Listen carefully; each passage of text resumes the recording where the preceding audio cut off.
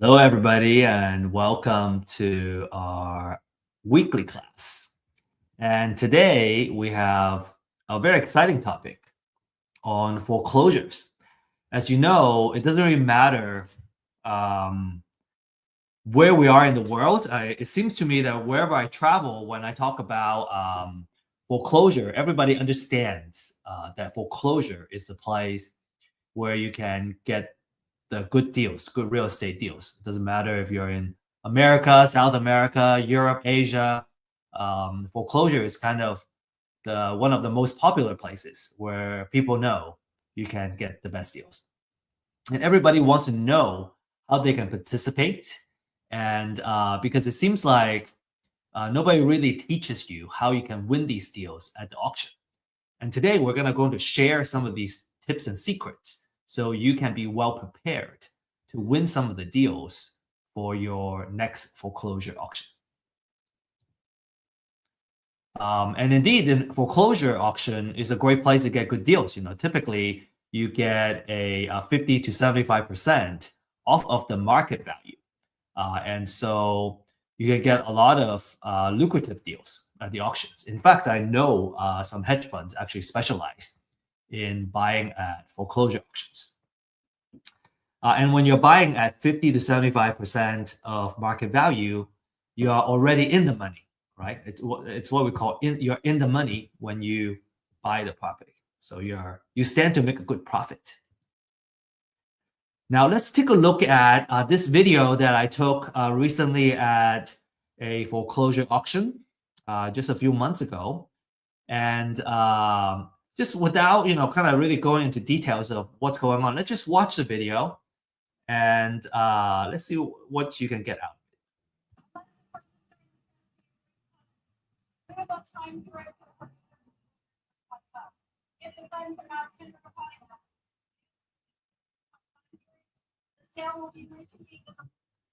Okay, so that's basically it. I'm gonna cut it out. We're gonna go back to the beginning of the video here.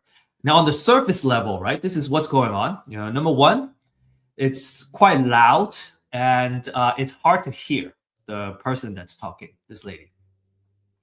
The second thing is that it's a little bit chaotic, but there is order to this chaos, right? So everyone seems to know what they're doing. And there's actually a lot more going on, as you can kind of see, kind of further into, kind of beyond this group of folks. There's more people over there. So what's going on, right? There's a lot of stuff going on. And at the end of this class, right, after we go over these top 10 tips, we're gonna revisit this video, and you're gonna be able to see and kind of break down everything that's going on in this video and what everyone's doing. All right, so sounds like a good deal. And then another kind of natural question is, within, being a part of this foreclosure auction, how do I win these deals? And what are some of the risks and how can I minimize the risk, right? So we want to be very cognizant of the risk that we'll be getting into if we participate in these auctions. And our promise to you is that at the end of this webinar, you'll understand how you can win deals while minimizing your risk, right? There are things you can do to minimize the risk. And this class is for new investors that are looking for knowledge to get started, right? Start buying properties. Or if you're an experienced investor and you're not familiar with foreclosure auctions, this would be a good place too.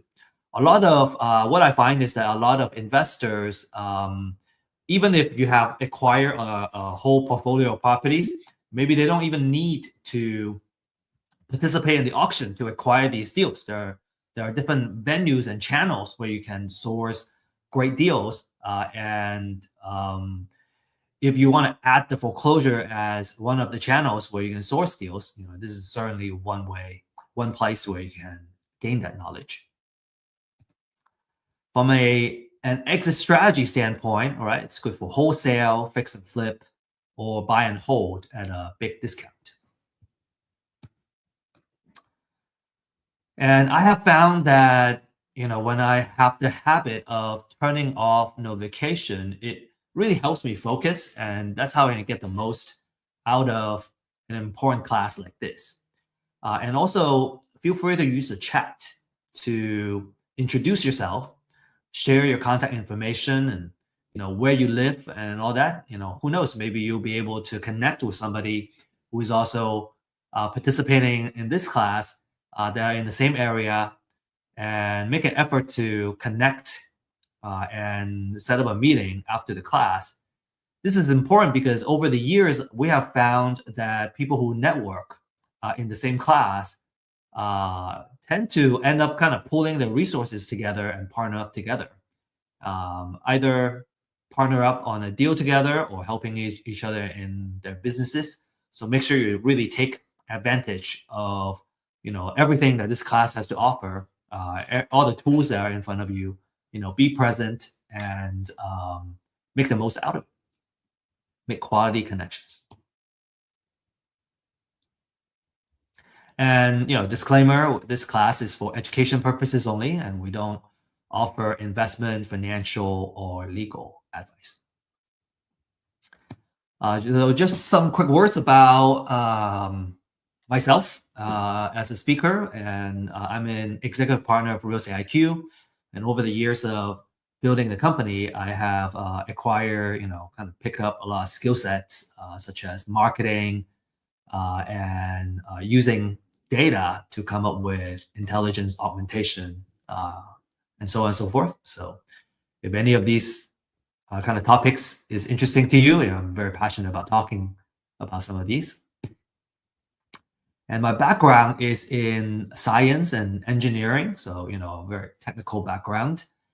And I was always interested in real estate, and I was very intrigued initially about the passive nature of being a landlord.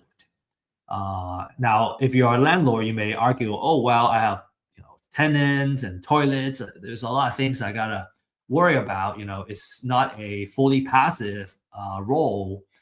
But at the same time, when you are a landlord and you got an asset that's producing and making money for you, it's real estate as an asset is making money even when you're sleeping.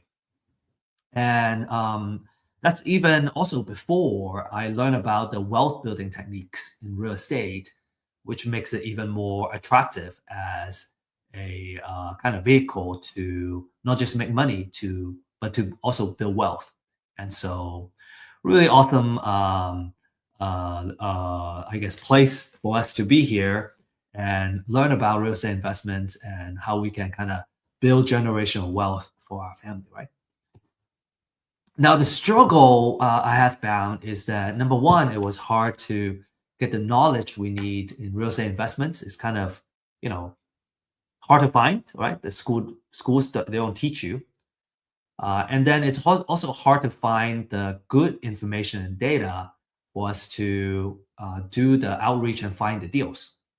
And then third is that it was difficult to connect with the right mentors and entrepreneurs to help us grow our business. And so those are the three main struggles we saw. And that's why we established Real Estate IQ, really to solve these problems. One is to offer webinars and classes to offer the knowledge. We really believe that education is the ultimate equalizer, and that's what empowers us to kind of rise up to the level that we aspire to be in. And we also offer distressed seller data to help you find and win the deals. And finally, we offer mentorship and a deal makers community, right? Basically a support system that you need in order to succeed. I find it very difficult myself to do deals by myself. Just when I was starting out, it's very hard to know everything that we need to know to kind of participate in a deal and expect to do very well. I find it much more comfortable to work with someone who already has the experience, and then we are kind of either sharing resources or I bring something to the table, and we kind of achieve that success together. I find it a lot easier. Now, without further ado, we're going to go straight into now the content that we have prepared for you. So we're gonna kind of really get started and talk about these 10 deal winning tips. Okay. So first of all, there are two types of foreclosures. You may have heard about the bank foreclosure. Bank foreclosure is when the owner owes the bank money, not able to afford a mortgage, for example. And then the other one is the tax foreclosure, in which case the owner owes the government taxes, and the government has the right after an amount of time to then put the house in a tax foreclosure. And there's some nuances. We're going to go into that a little bit. Now, each county is a little bit different when it comes to where the foreclosure takes place. So where and when the foreclosure takes place. So make sure you do your research. In Texas, for example, foreclosure auctions take place on the first Tuesday of every month. And we call it Super Tuesday or the Tuesday auction. If you're in Florida, it's auctioned on a weekly basis as another example. So make sure you do your research on your local county. And let's talk about the bank foreclosures, right? Bank foreclosures happen when an owner stops paying their mortgage. And the lender, in most cases, it's the bank, right? Or it's a note servicer or note holder can reinforce the lien on the house to recover the loan balance. And the implication for investors is that you usually get clean title, except for unpaid property taxes or municipal liens, and there's little or no redemption period for the owner. Okay, obviously it varies by state, so you want to research kind of the redemption rules of your state. But in general, little to no redemption period. And then we're going to talk a little bit about tax foreclosures, but we're going to mainly focus on the bank foreclosures. Okay, tax foreclosures can get a little more complicated. This happens usually, it's triggered by unpaid property taxes, and usually they're like 2 to 3 years delinquent to kind of trigger that. And the government will force a sale, and it could be different parts of the government. It could be the county, right? It could be the city, or it could be the city, the school district that forces the sale. And as an investor, let's say you win, you win the bid, you don't get immediate ownership on the house. The original owner can reclaim the property, what we call within that redemption period, and that redemption period, again, also varies by state. So you want to, depending on what state you are participating in this, you want to do your thorough research. But within that redemption period, the owner can reclaim it by paying the purchase price and taxes and the penalty. So if you own that lien on this tax foreclosure, you make a little bit of return if the owner decides to reclaim the property. So you still make some money.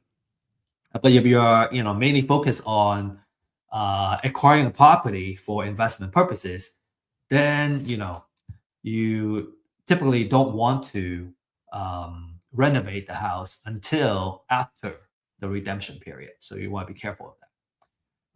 Essentially, you're buying a redeemable deed and not the final title during the tax foreclosure. So pay a lot of attention to the redemption period when you participate in the tax foreclosures. And we prepared a side-by-side comparison between bank foreclosures and tax foreclosures. And you can take a look at, maybe take a screenshot of this slide. Now, for the purpose of this class, we're going to focus more on the bank foreclosures because the title side is a little bit easier.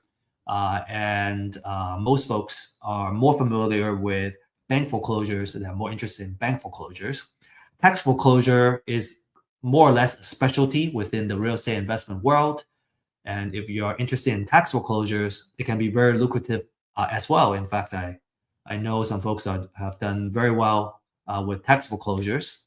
And if you're really interested in that, I suggest that you seek out the right classes and education to really go deep in that before you really start participating in these tax foreclosures.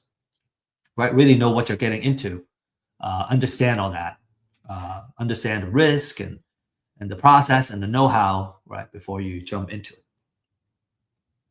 Anyway, bank foreclosure is what we're going to focus on here. Now, the second tip is that in order to bid, you need to first register as a bidder. Okay, so you don't just show up and then you go, oh, I'm gonna bid on the house on the property on the house. You need to register first. Okay, in order to bid. Some of you may know of auction.com or some other auction websites. Okay, so in order to some of the houses either they are go into the auction at physically or kind of in person at the county area, county courthouse, or they are being auctioned off online as well. So auction.com, for example, or you maybe Xome, XOME.com is another example. For auction.com, in order to register as a bidder, you would need to transfer $1,000 first. And that $1,000 is refundable, but you need to kind of show that you got to put some money in the game in order to participate in the bidding. Okay, next, let's talk about the foreclosure process, right? And here we're going to focus more on, like I said, on the bank foreclosure process. So for the bank foreclosure process, the borrower becomes delinquent in terms of their mortgage payments. And usually, more than 4 months of mortgage payments, this will start kind of trigger the foreclosure process. The lender will order a trustee to send the letter of demand. And when that happens, the borrower has at least 30 days to pay off the delinquent payment. Or what happens is there will be a notice of default that gets filed and an intent to accelerate the mortgage note. And then it takes about 20 days for that to happen. And after the cure period expires, right, when the borrower kind of misses that cure period, then the lender gets to file a notice of sale. And we're going to take a look at an example of the notice of sale in a little bit. And that happens at least 21 days before the next auction. So, as an example, so let's say our upcoming auction is on the 2nd of the month, for example, and today is the 15th. Again, I'm making an example, and that's less than 21 days away. So it's not going to go into the auction in the upcoming auction, but it's gonna go into the next month's auction. So that's what the at least 21 days is. If the upcoming auction date is less than 21 days, then it's not gonna go into this upcoming auction, but the one next coming up next. And the property will get auctioned typically at a courthouse step. Again, every county is different. Some counties have it in a conference center. They have a lot of properties going to auction. Some counties, are in a courthouse, in front of the courthouse. And a lot of times it's kind of outdoors too. So like the video that I shared earlier is actually outdoors, which is why it was so loud. There was a lot of traffic, noises, and then people kind of talking over each other too. It's typically, between 10 and 4 p.m., 10 a.m. to 4 p.m. And so it's either gonna get sold to the highest bidder, or it gets reverted back to the foreclosing lender and becomes a real estate owned property, REO. Now, so why the either or, right? So typically, a lender has a minimum amount that they would specify. So if the bids are, so let's say the minimum amount is 100,000. If all the bids are under that $100,000, then the property is gonna revert and go back to the lender. But if the bids go above that minimum, in this case, 100,000, let's say the bid went up to 120,000 to the of the highest bidder, then the house is going to go to the bidder that bids 120,000 because it's already above that minimum amount specified by the lender. Okay, and if you have questions, if I didn't explain a particular concept very clearly, feel free to post your questions on the chat, and we can discuss more after, and we can discuss your questions. Okay, number 4, we gotta know how to find properties going into the auction. This is public data, public information, but it's not easy to find, right? It's the information is not easy to find. So we're gonna share with you how you can find this information. Okay, so what you want to do is to Google, and you can either Google, the name of your county, notice of sale, or the name of your county, foreclosures. And usually it will pull up the right link. Some counties may be a little bit harder to find, but if you just dig in a little bit further, you should be able to find the right website and find kind of figure out where you can find these foreclosure notices. You can also find it at the courthouse. It gets posted in front of the courthouse as well, and it'll be kind of on paper. You have to flip through all of them and maybe take pictures of them. If you can find them online, well, they're going to be digitized, and it's going to be a lot easier to locate the information that you need. So a notice of sale looks like this. This is an example of a notice of trustee sale. You get the foreclosure date here. What time, right? This one says it's between 10 and 4 o'clock. Beginning not earlier than 1 p.m. and not later than 3 hours later. So actually, it's between 1 and 4 p.m.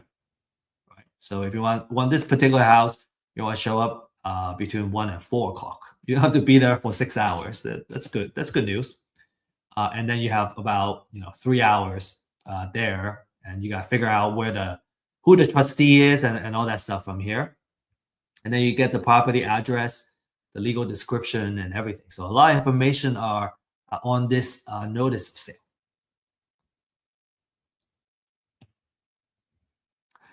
Now, if you're fortunate, if you're lucky, there may be companies in your local area that provide these foreclosure lists, right? They sell these.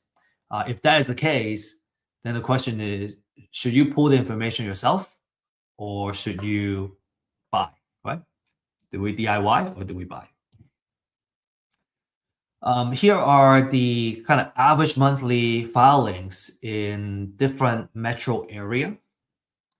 And if you're in a metro that are not listed here, we can cover those as well. We have a service called customized lease binding services that we go into the metro that you request, and we can pull this information for you. We can mine this information.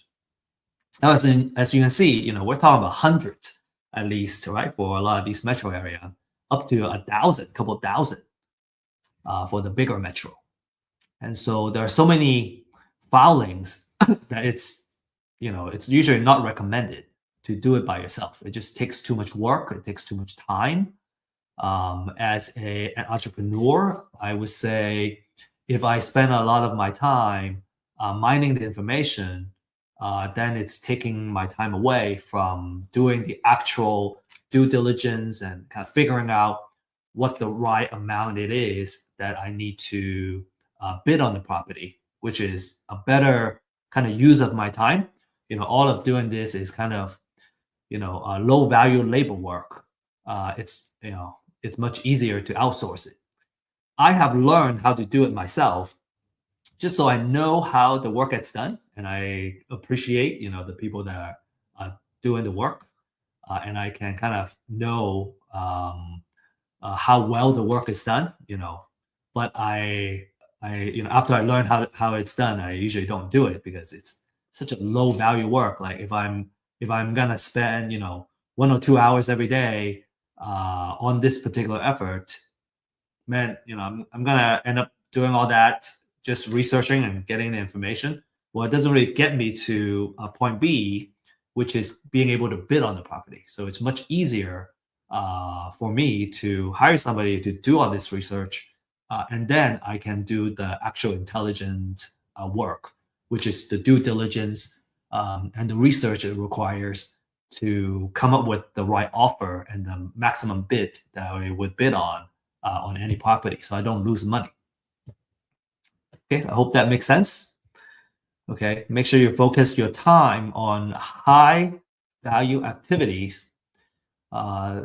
Some examples of high value activity is lead generation, marketing, due diligence, contacting distressed sellers, for example. So here are some key elements, right? Speaking of purchasing, if we're gonna buy a list, like what does a quality list look like? So these are a couple of quality information. From a property information standpoint, you want to know who you want to really important is to know the trustee who's gonna be auctioning off the property. Actually, I'm gonna be sharing that as one of the tips later on. Right? You want to know the trustee. And then you want to know the property information, right? Sometimes having the address. What's weird with these foreclosure filings is that not every property's address is on the filing. Sometimes it's just a legal description. So you have to go and research and figure out what the address is and what the zip code is. Sometimes I want to only focus on a particular zip code or a particular city because that's the area that I want to focus on purchasing deals on. And it's much easier if that work is already done, and then I just focus on the filtering, right? And focusing my attention on the deals that I want to bid on. Subdivision, legal description, and the characteristic of the property, like bedroom, bathroom, square footage. And then some of this financial information is interesting too, because it kind of gives you the insight on the property and what's going on with it. As an example, if the house was recently purchased and they still have a very high unpaid balance, I would know that the lender typically would be unwilling to take a loss and accept a low bid. And so typically they would want to they are willing to take a loss, but not a huge loss. Versus if a house has been, I guess, if a mortgage has been kind of performing for the past, let's say 10, 15 years, and there has been a lot of equity that has built up, number one. And number two, the borrower has been paying quite a bit of interest. That gives the lender more room, more margin to have a lower minimum bid amount, as an example. So some of this financial information is useful. Okay. Number 5, let's talk about our exit strategies, and we're gonna just talk about the top 3 exit strategies, which is wholesale, fix and flip, and buy and hold. And depending on which exit strategy you have, you're gonna come up with a maximum allowable offer. So number 5 and 6 is kind of related, right? Based on your exit strategy, you're gonna have your maximum allowable offer that you can bid for each property. And we're going to talk about buy and hold first. Okay, so let me share an example. Some of you may have seen this slide before. We shared this as an example in couple of our classes to really home in on the buy and hold strategy. So for buy and hold strategy, what we want to do is to follow the 1% rule of thumb. And basically, that 1% says that our monthly rent should be at least 1% of our total overall investment for the property. So if I put in $250,000, I want to make $2,500 a month at least. Now, the way we do that is we want to come up with an estimated rent, and that's by doing a comparative market analysis, right? So I want to know in the area how much the rent is going for in that typical area. So let's say it's giving me $2,500 a month right now. That means the most I would invest in the property is $250,000 to fit that 1%. Okay, so I kind of back myself into this. And in this example, if the repair budget, right, how much it costs to kind of fix up the house is $20,000, then the most I would offer is $230,000 because I got buy it for $230,000. I have to add $20,000 to fix up the house. The total out of pocket is $250,000, or total investment is $250,000, and then it's covered by the 1% rule, right? $2,500 rent. You may have a question about wholesale fee. We're going to talk about it when we talk about wholesale, but this is what the number will look like. Now, in the next slide, we're going to go over this, why this 1%, right? Why that 2,500? So as an example, the 2,500 will cover mortgage, property taxes, insurance, if there's HOA, and obviously there's always some level of maintenance on the house. And so after you subtract all that, you can earn a decent monthly cash flow, right? So that's how much you earn as how much cash you collect as a landlord. So what's really cool is that as a landlord, this is one house, right? This is how much I'll cash flow from one house. If I have 10 of these, then I'll make $5,750 a month, which is roughly $69,000 a year. If I have 20 houses, then I'll make $138,000 a year. And that's a pretty good way to kind of make money by just letting an asset, right, producing for you. And I think that's all I'm going to talk about for this. Just a very last comment is that for buy and hold is a wealth generator. You got a couple of things working for you. You got cash flow, which I just shared, right? From a monthly rent, I get a cash flow. I also get appreciation, which hedges us against inflation. So two types of appreciation. One is a natural appreciation. That's kind of inflation, right? And then a forced appreciation means that I'm fixing up the house to improve the value of the property. So that's what forced appreciation means. We also get tax savings from depreciation, mortgage interest and operating expenses.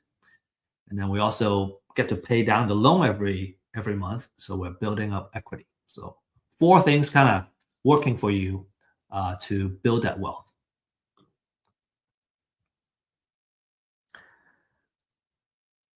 Next, let's talk about fix and flip, right?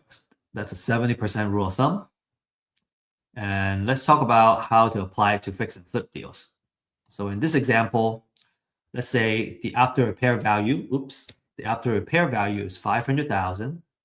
So what that is I gotta run a comparative market analysis, right? Which is figuring out how much the houses around me are selling for in their kind of pristine condition. And let's say in this case, all these houses are telling me that you can sell it for 500,000. Then we do the 70% rule, multiply this by 70%, then we get 350,000. And then if we subtract the repair budget, then we get our distress offer. So again, to kind of go back from the bottom up is that we buy at 280,000, we put $70,000 in it, so the total amount invested is 350,000. Then that's the 70% of what the after repair value is.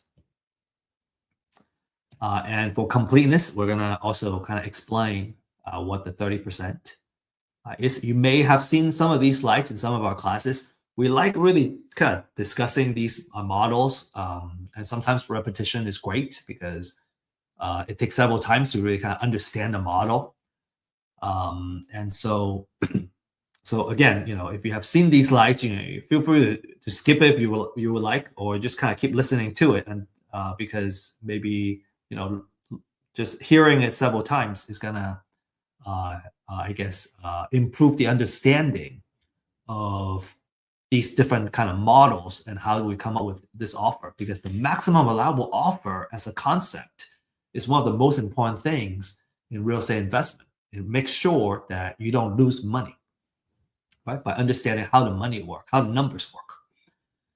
Okay, so let's talk about, okay, if it's a 70% rule, what happened to the other 30%?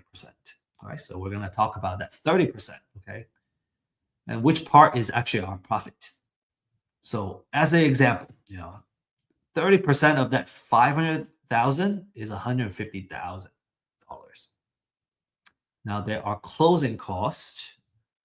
When we're fixing up the house, we have holding cost and maintenance, right? There is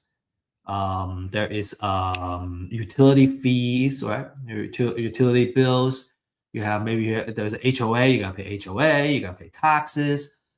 So all kinds of money that you gotta pay to hold the property. And then closing costs includes agent commission and title insurance. Another holding cost is home insurance while you're holding the property. And then you have financial costs, right? So usually when you're buying a property for fix and flip, you are leveraging. You use some kind of hard money or private money leverage. And because of that, it's a short-term loan that has a relatively higher interest that allows you to get financing without the stringent requirements from the bank. So you can leverage someone else's money to make money. And a lot of folks are very glad to kind of pay for this additional financial cost because you get to kind of leverage someone else's money to make this profit. And if you run the math, you see that a certain amount of leverage actually makes sense for those that kind of embrace debt and embrace good debt to produce profits. So without diving too much into it, let's say you get financing from a hard money lender or private money lender to do the fix. Well, you have to pay the interest and on the money that you borrow, and also the fees that you incur. And so let's say you subtract all that. Well, you still make a good, $90,000, which is a very handsome profit. And that's a fantastic return for just one project, right? So imagine doing 2 projects or 4 projects a year. Fix and flip as a business can be very lucrative. And last but not least, I want to talk about the wholesale model. And what you do is you're buying the house at a low enough price to sell it to other investors. So you either sell it to a buy and hold investor, or you sell it to a fix and flip investor. And in the 2 scenarios, right? Let's say I want to sell it to a buy and hold investor. Well, in the previous example for buy and hold, I need to add my wholesale fee here before I put in the offer. So typically, we say about $10,000 on average of wholesale fees is a good number to make. So let's say I want to make $10,000, then I put it in here, and instead of offering $230,000, I offer $220,000.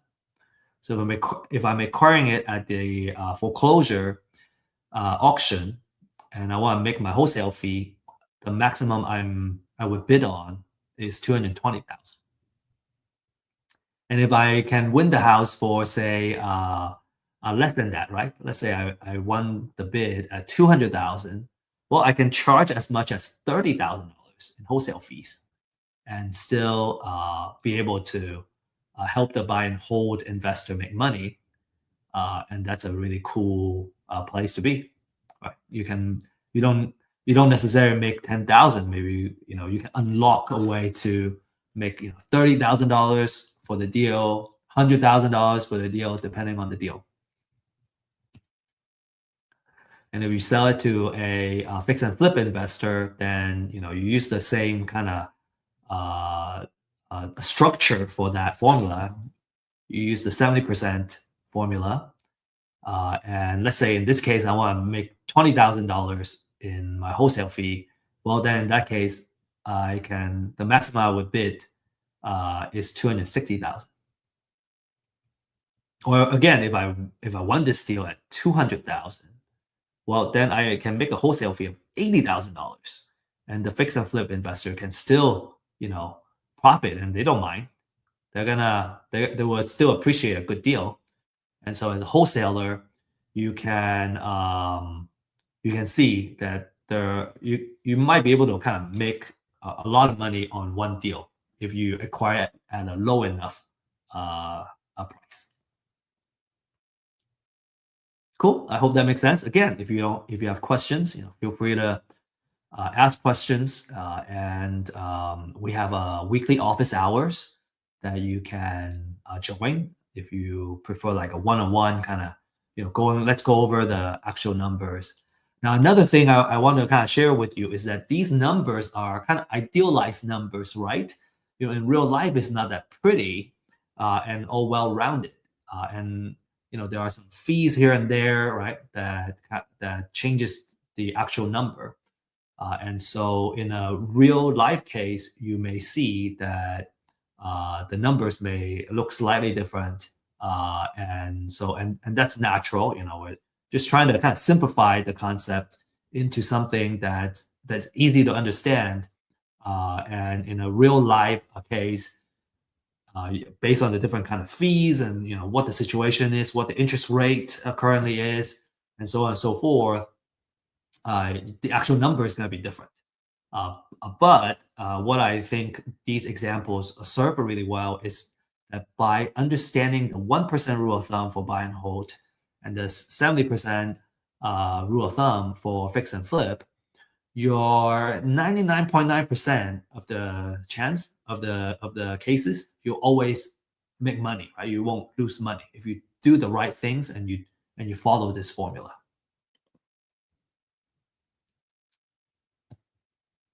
All right.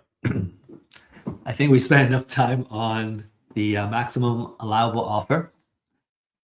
So we're going to talk about number 7, okay? Got to do your real estate valuation.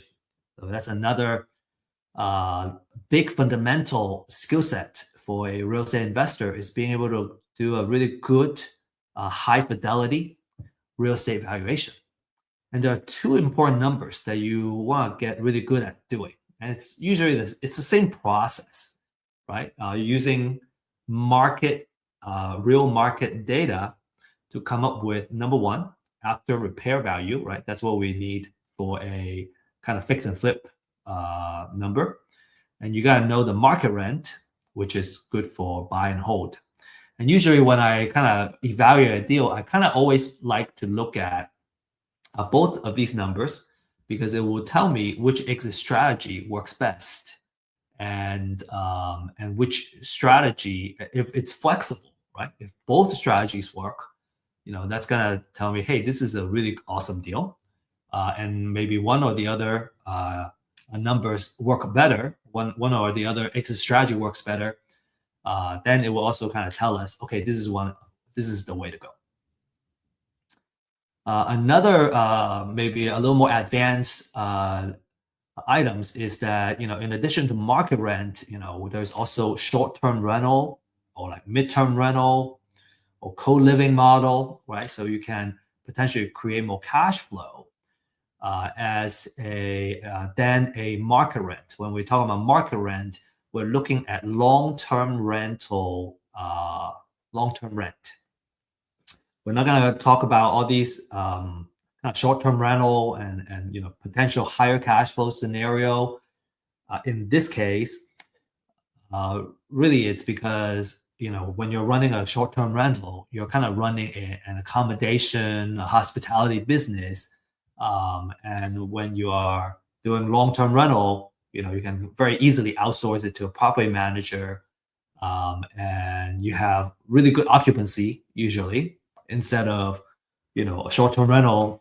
You have occupancy type of a situation or occupancy kind of factor they gotta factor in. So to kind of keep things a little more organized, right? We're gonna focus more on the long-term rental.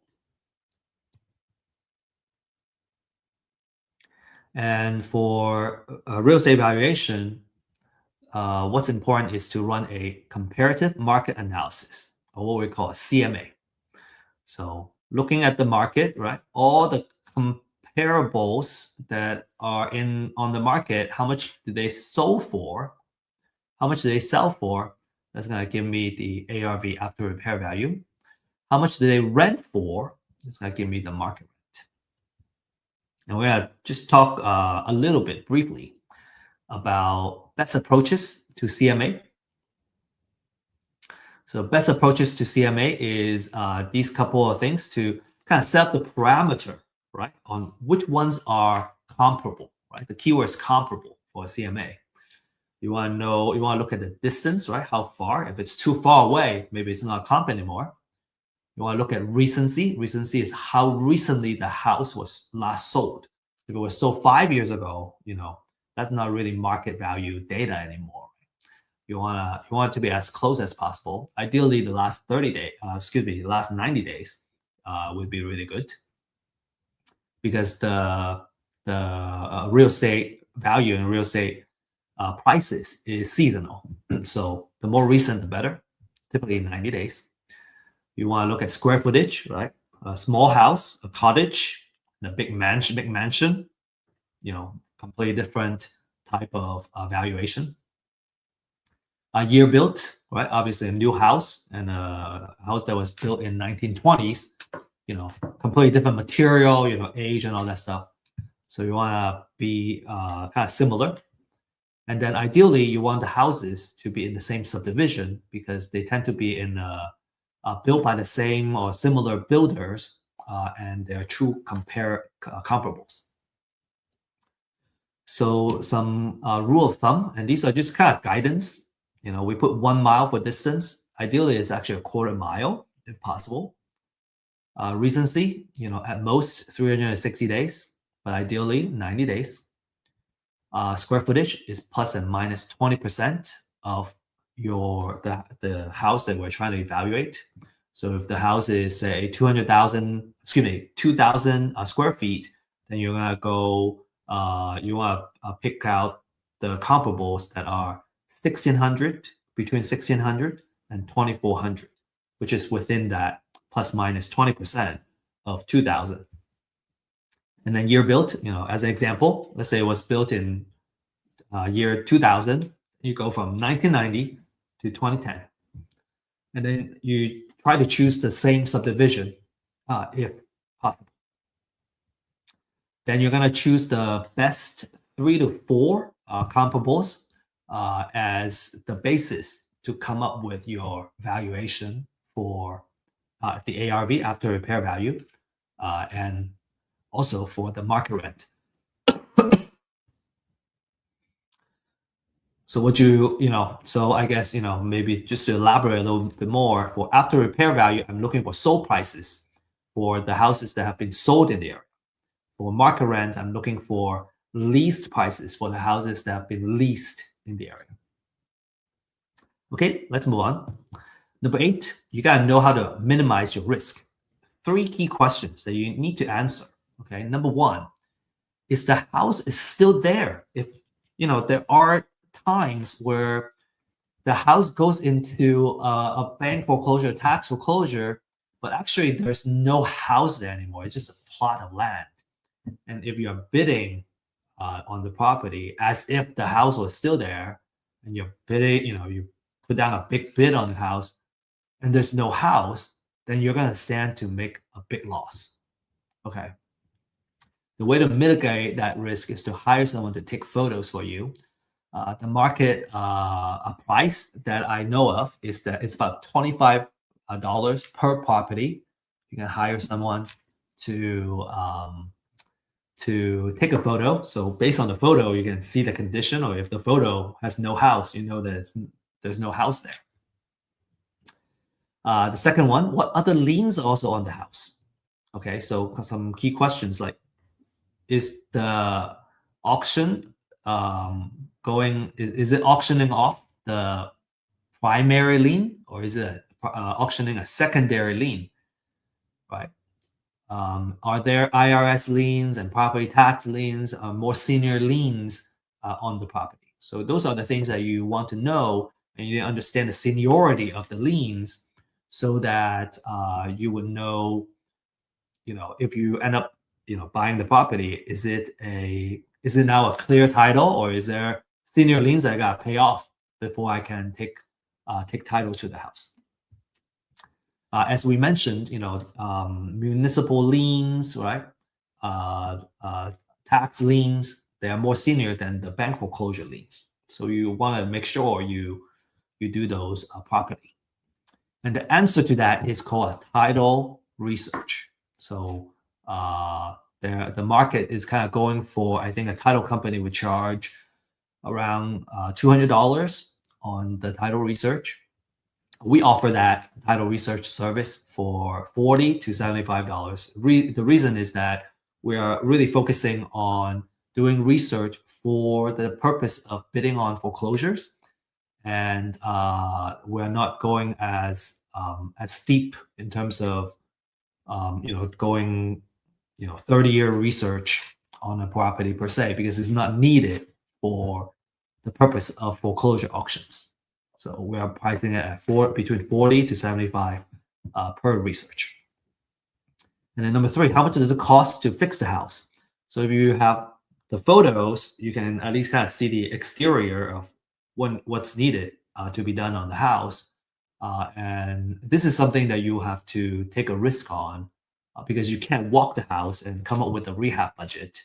And so you have to kind of really do some rough estimation on how much it would cost to fix up the house, because remember, the rehab budget is part of your formula for your maximum allowable offer. Okay, so those are the 3 main questions you really got to answer before you bid on the house. Okay, all right, number 9. We got to know which trustee will be auctioning the property. Because if you really want to participate in the auction of a property, you're going to need to know who the trustee is. Where are they? When they show up, you got to know where they are, because sometimes they just kind of show up, they start auctioning, and maybe there are some auctioneers that are very loud and kind of really try to get as many people to participate as possible. But some trustees, different style, they're just reading off of the disclaimers or whatnot. And you really need to know where they are, and when they show up, you better be there, so you don't miss the chance of bidding on the property. Okay, so that's very important. You want to know what time frame they're gonna get bidded. The property is gonna be auctioning, and who the trustee is, and kind of when they show up, you gotta be there. And number 10, you want to have cashier's check ready, and get them ready and bring them with you. Experienced foreclosure bidders usually come with cashier's checks in different denominations. Okay, they have 50K, 30K, 20K, 10K. I think at least 10K, right? Let's say you have a lot.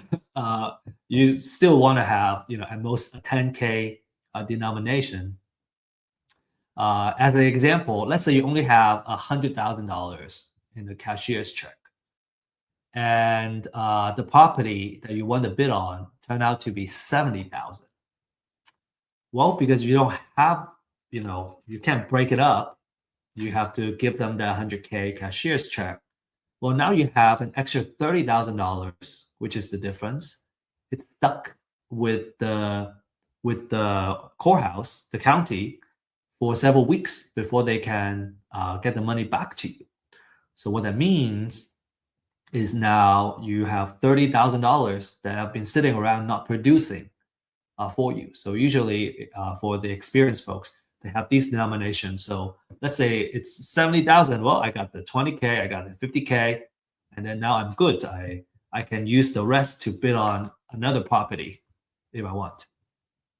Right? So that's very important. They don't make change at the auction. So some bonus information, I want to give you this, and then we will look at the video. Okay, so the bonus, I want to kind of share the what happens during the auction or like after the auction. So after the auction, after the foreclosure, the borrower may still owe money after the foreclosure. If the total debt owed exceeds the foreclosure price, the lender may seek a deficiency judgment and go after the borrower. Okay, so the borrower may, in this case, they either owe money or they have to declare bankruptcy, right, in order to kind of deal with that. A bank foreclosure wipes out secondary liens, right, second mortgages or junior liens with proper notice, but it doesn't eliminate debt. So these lenders can still go after the borrower. And then federal, state, and local tax liens will survive. And so you need to pay them when you win the bid. So make sure you do the title searches properly. All right, so now let's play this video again. I got this this video back, and then we're gonna really talk about a little bit more nuance of what's going on. Okay, so it's just a 10-second video, I think.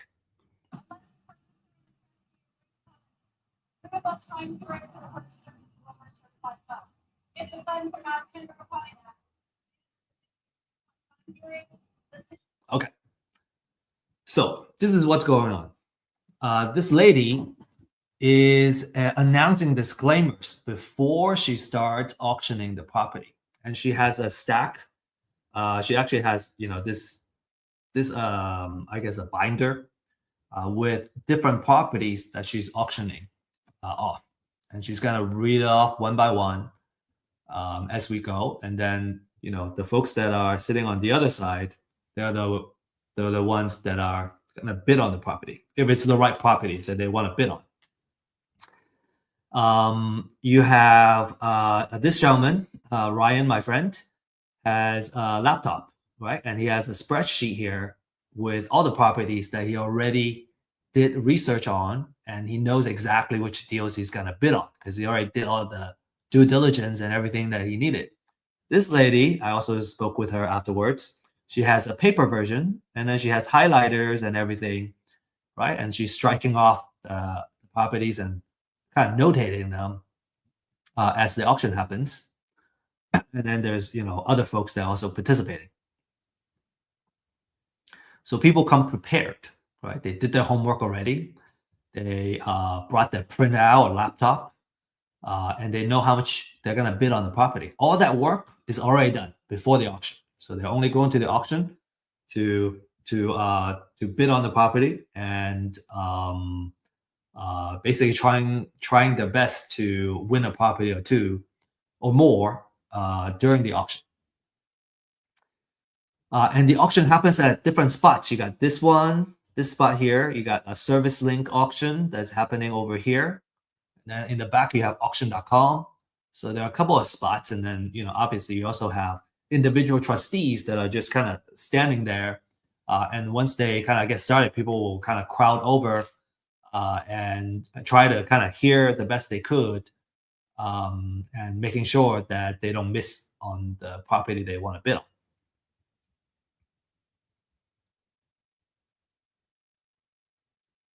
Okay. So yeah, so many auctions can happen at the same time too. So you can have three properties being auctioned off at the same time by three different trustees. So it can be pretty chaotic. And if you really want to go and like you want to cover your bases, you want to have several folks that are on your team, on the same team, going in there and bidding on these properties. Okay, cool.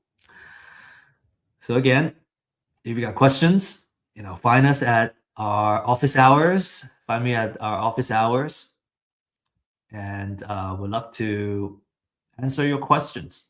All right. To recap, we have gone through the foreclosure process. We talked about the different type of foreclosure, and then we talked about how you can find and evaluate deals and all the due diligence that you need to do to minimize your risk, and then all the different things that you need to do in order to participate effectively in a foreclosure auction. So next, you may be wondering how you can get started. So let me just kind of share with you some success cases of our clients and our users. Right, first case, we have a client making $46,500 profit on a deal in Carrollton. Actually, is kind enough to share the address of the property as well. And all these are kind of title company escrow printouts that he's able to share. So the second deal, 85,000. Next deal, 88,000, almost 89,000. So there's a lot of profit if you know how to win properties and win deals. There's you can make a great living, and you can also build wealth in the process.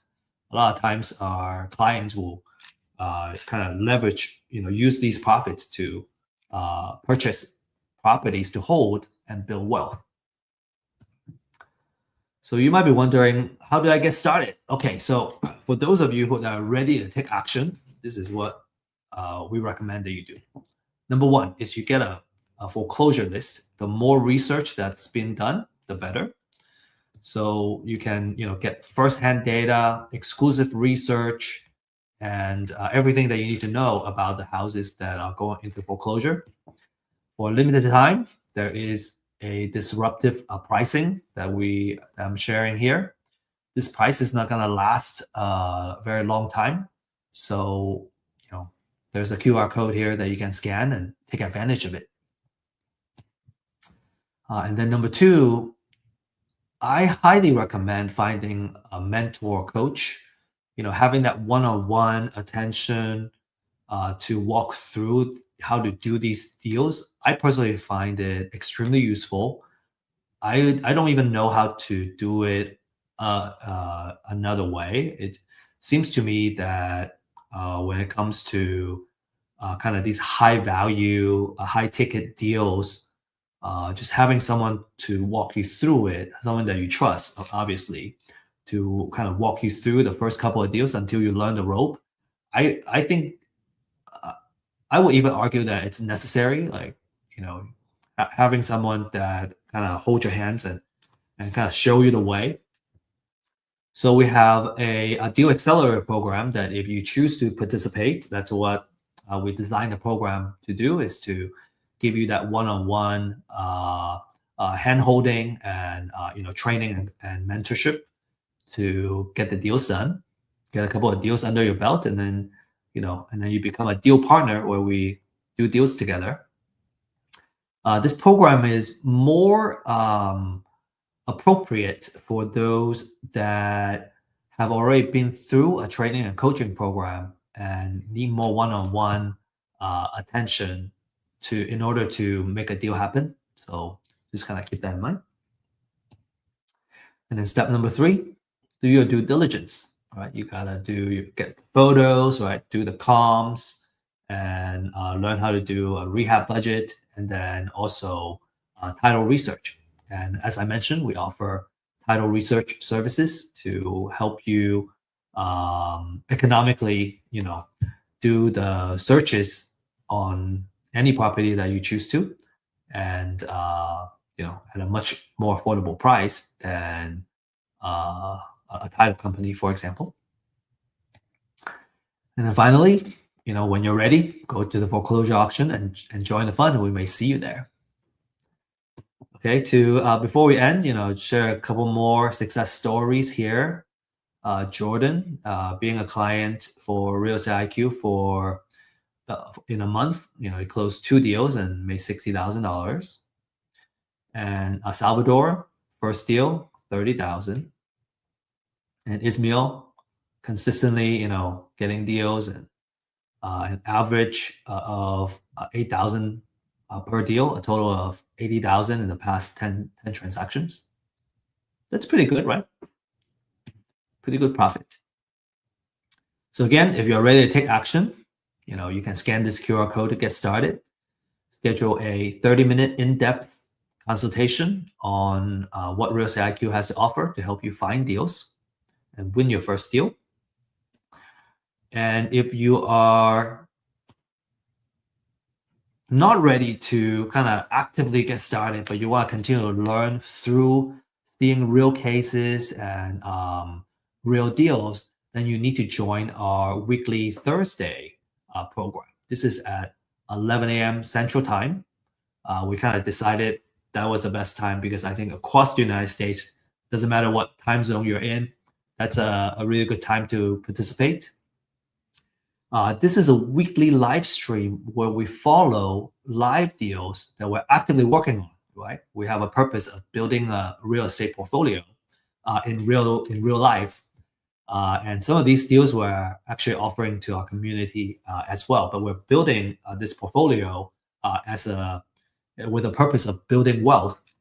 And at first you can participate as an audience to kind of follow the deals and see how the deals are doing. We have about, I think, 10 deals right now that we're actively, in the process of working on or producing a cash flow. And one day, you're going to feel ready to actively participate. And you can either participate by bringing your own deal to our community, or you can work on the deals together with us as partners. So the deals is a big part of this live stream. We feel that by looking at real cases is where we learn the most and learn the fastest, right? Real cases instead of just talking about theory. And then we go over the market update that will impact the real estate investment world. For example, just recently we talked about a legislation change that's going to affect landlords, right? And that just became effective a week ago. And so, those are very helpful for investors that are actively doing business. And then we'll also share wealth building techniques and knowledge. So you can, leverage all this, right? The whole purpose of, real estate is using it to build our wealth and create generational wealth. And so we really hope that this Deal Makers live stream will continue to grow and really kind of bring great value to everybody that participate. And with that said, I want to say best of luck and happy investing. And if you have any questions, feel free to join our events and our office hours. Oh, I forgot to mention, we don't have a slide on the office hour. Our office hour is on Fridays at 9:30 a.m. Central Time. And you can find the link to join the office hours in usually our meetup groups or on our website. So just need to search for those. And if you have any questions, right, on any classes or actual deals, you need someone to kind of evaluate the deals for you, make sure it's a good deal. You need someone to come up with a recommendation of how much you offer on the lead that you're working on, for example. That's how you can leverage our office hours. All right. Now, with that said, I just want to end this session and thank you for joining us. And I hope to see you in our future classes soon.